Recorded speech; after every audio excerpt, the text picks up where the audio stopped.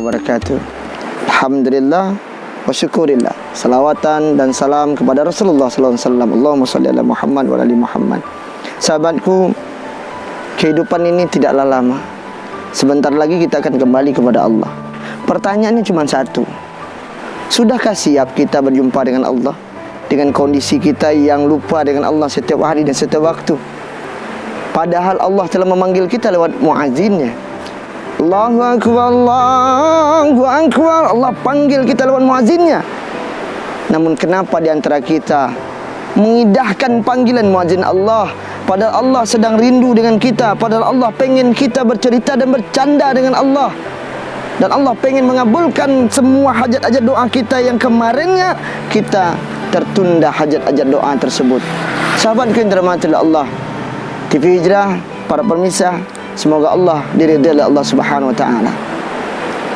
Kalaupun kita hari ini sudah mempersiapkan kekokohan diri kita berjumpa dengan Allah, zat segala zat yang memiliki segala sesuatu, mungkin kita akan berfikir bahwa kita berjumpa dengan Allah dengan kalimat La ilaha illallah Muhammadur Rasulullah.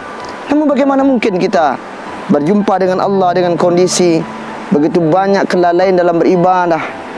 Dan bagaimana mungkin Allah akan mengampuni dosa kita kalau kita tidak pernah tubu ilallahi taubatan nasuha, benar-benar bertobat kepada Allah sebelum ajal itu dijemput oleh malaikat Israel? Lebih baik kita meminta kepada Allah, astaghfirullah rabbal baraya, astaghfirullah minal khataya.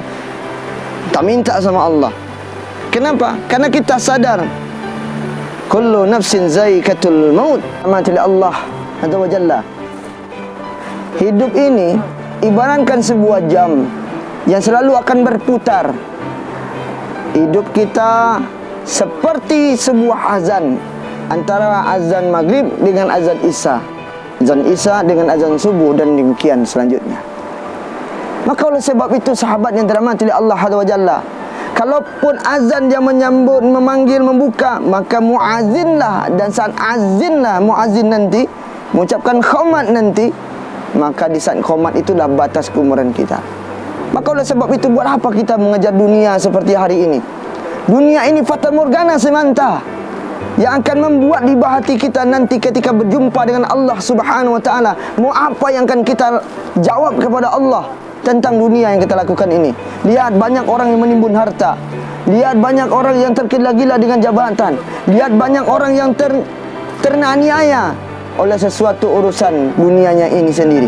Tetapi mereka lupa, semuanya ini adalah titipan Allah. Semuanya ini adalah milik Allah. Dan semuanya ini akan kembali kepada Allah azza wa jalla, dan mengucapkan inna lillahi wa inna ilaihi rajiun. Ingat sahabatku, hidup di dunia sementara, akhiratlah selama-lamanya. Pahamilah ini.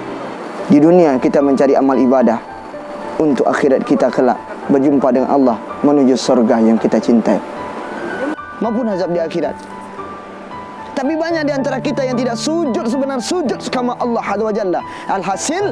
Alhasil Masya Allah, alhasil kita tak dilihat oleh Allah Subhanahu wa ta'ala.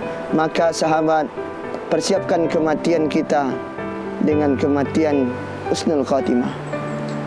Ya ayyuhan nafsul mutmainnah irji ila radikal mardiyah fadkhuli fi ibadi wadkhulil jannati. Hai jiwa-jiwa yang tenang, berkumpul semuanya. Silakan berkumpul kalian. Di saat kalian berkumpul sama kalian akan bertemu dengan surga Allah. Surga yang sangat luar biasa. Di bawahnya mengalir sungai-sungai yang sangat indah. 7 sungai-sungai yang mengalir dengan macam warna dan rasanya. Sahabat, ayo tanam kebaikan, tebarkan kebaikan, jalankan ibadah kita, bersujud sama Allah. Yakinlah segala sesuatu penolongan cuma Allah di hari akhir nanti. Semoga bermanfaat. Assalamualaikum warahmatullahi wabarakatuh. Semoga kita dilindungi oleh Allah Subhanahu wa taala dari segala mara bahaya.